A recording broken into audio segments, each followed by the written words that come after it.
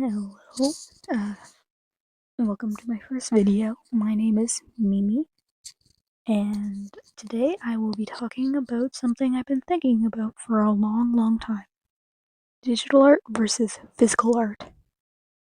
Don't really have anything to say other than what I'm going to discuss in the video, so let's get right into it. Upside to digital art.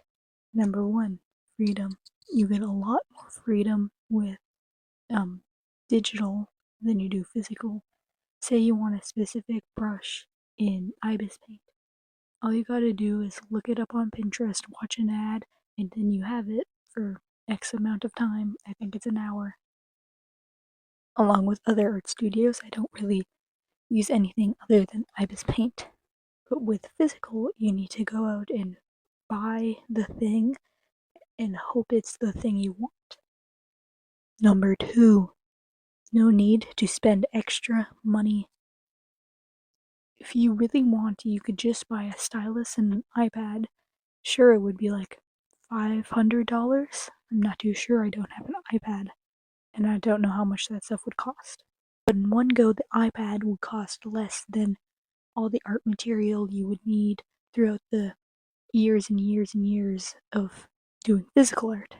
It would just cost less to buy a $500 iPad than it would buying pencils every couple months, or markers, notepads that are like all $15. So, like, what I'm trying to say is, over time, you're going to spend more money on physical art than you are on digital.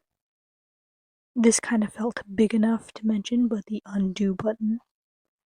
If you mess up when you're doing physical art, then you either start over or work really hard to undo it.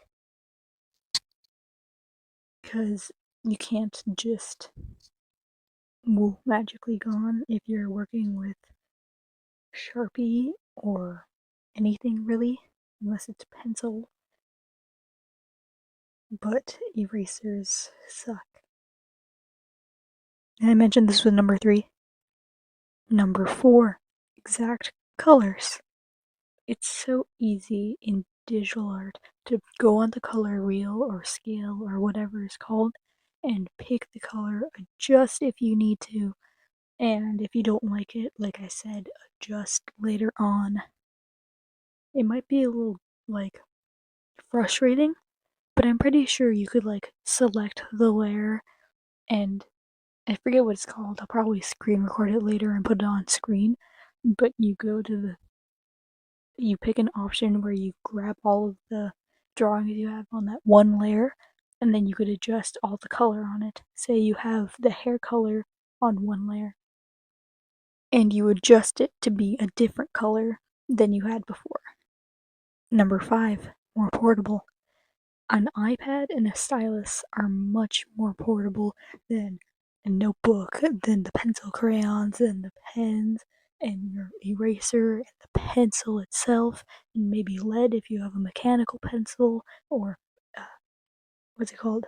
A sharpener. And if you really want to be fancy, one of those sharpeners that holds the shavings. It's just a lot to carry, and with digital, you just need iPad, laptop, tablet, whatever, the phone even, and a stylus, or your finger if you really want to. Lastly, for the upsides of digital, the detail. You can get really detailed with physical art. It's just a lot more easier with digital to just zoom in, adjust the brush size, adjust the color, whatever. And if you mess up, like I said before, undo. And the eraser is a lot more effective than a physical eraser. Those things really suck. Okay, now I'm done with the upsides. Time for the downsides to digital art. Number 1, the intimidation of it. It's really intimidating if you've been doing physical art or no art your whole life, and then all of a sudden one day you're like, I want to draw digital art. So you pick it up, and there's just so many settings, and it's a little harder to get exactly what you want. in my experience. It's just a little more intimidating because I think a lot of people grow up drawing and coloring papers, like kindergarten, grade 5, whatever. Actually, like it's a very popular pastime for children to do. So picking up a screen that actually digital art might become more popular now that iPad kids are a huge thing. I'd bet money on that. I'm kidding, I don't have money.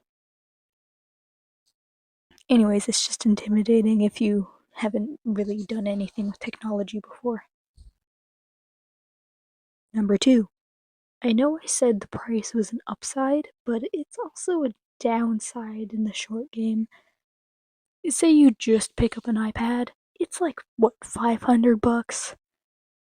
That's not really what's the word I'm looking for? A smart idea. Yeah, that's it.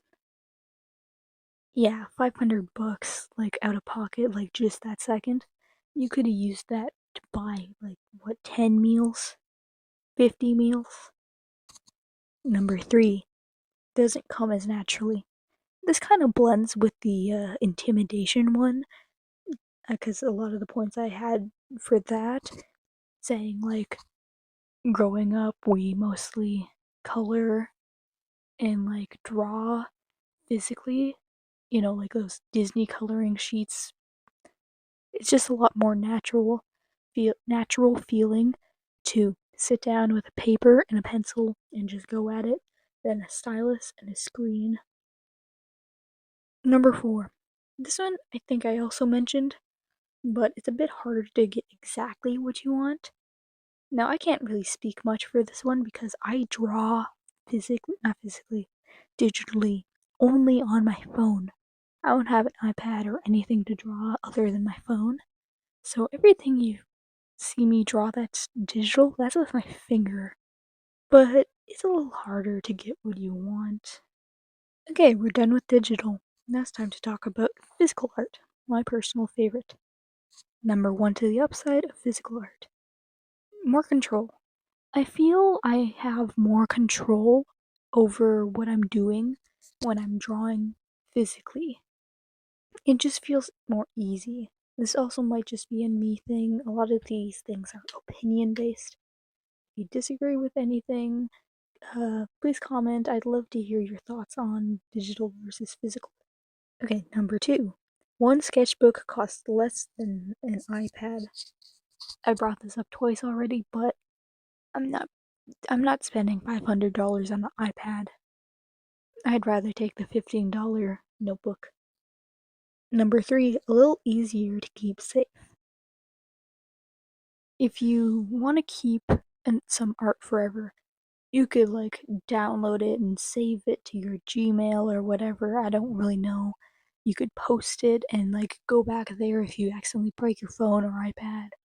But if you don't do any of that and you break your iPad, you could lose that art forever and you'll have to remake it and it might never be the same. With physical, you could like it is also easy to damage. You could spill ink or paint or water even and your art will be ruined. But you'll still have it and you could maybe salvage it and might be a little easier to remake because you have the copy in front of you. Not if you spill ink or paint on it though. You could also take pictures of it. That could also be deleted, but I don't know. It's kind of a weaker one for the upside. Number 4, I think, more variety. You could draw, you could paint, you could sculpt, uh, anything. Making with your own 2 hands is art. I do think there is digital sculpting as well as the drawing, but to my knowledge, that's it. I think you could count animation, but I'm not too sure about that. Because animation is a type of art, but I think it's separate from types of art. you know?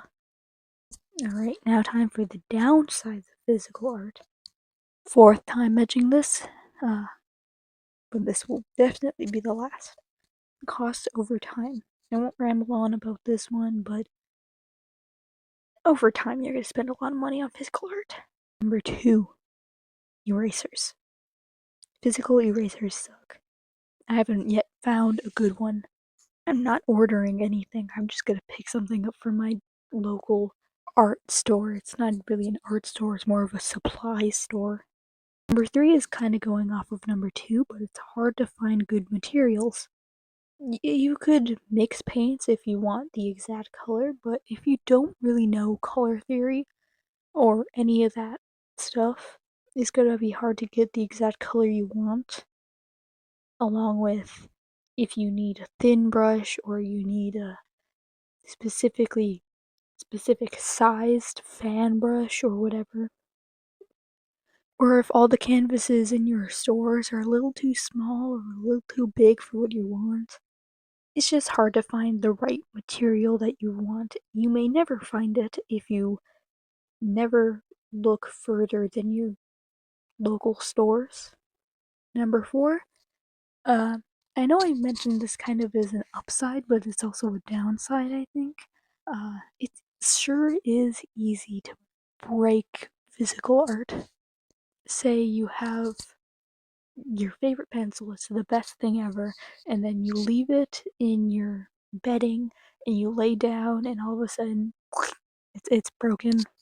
It's kind of unlikely, but it's just an example. It's not don't look into it.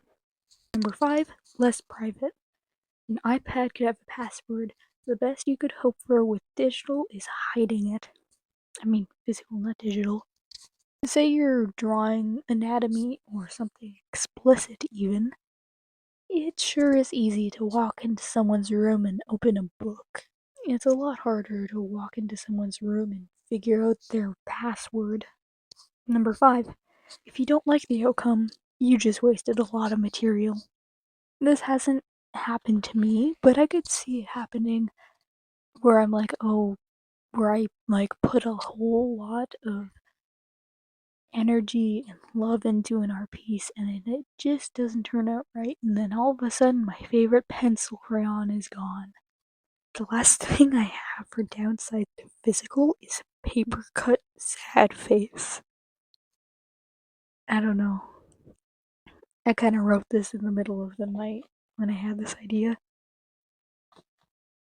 Well, those were my thoughts on digital versus physical art. I much prefer, like I said before, physical. I love drawing on paper. I have a book I always carry around with a handful of pencil crayons. It is a little annoying having to carry things around, but I still love the medium. That's it for me today. I'm not sure what to post next, so if you have any ideas, if you even click on this video, this is my first video. If you have any ideas, please drop it in the comments. And I don't have an outro. Bye.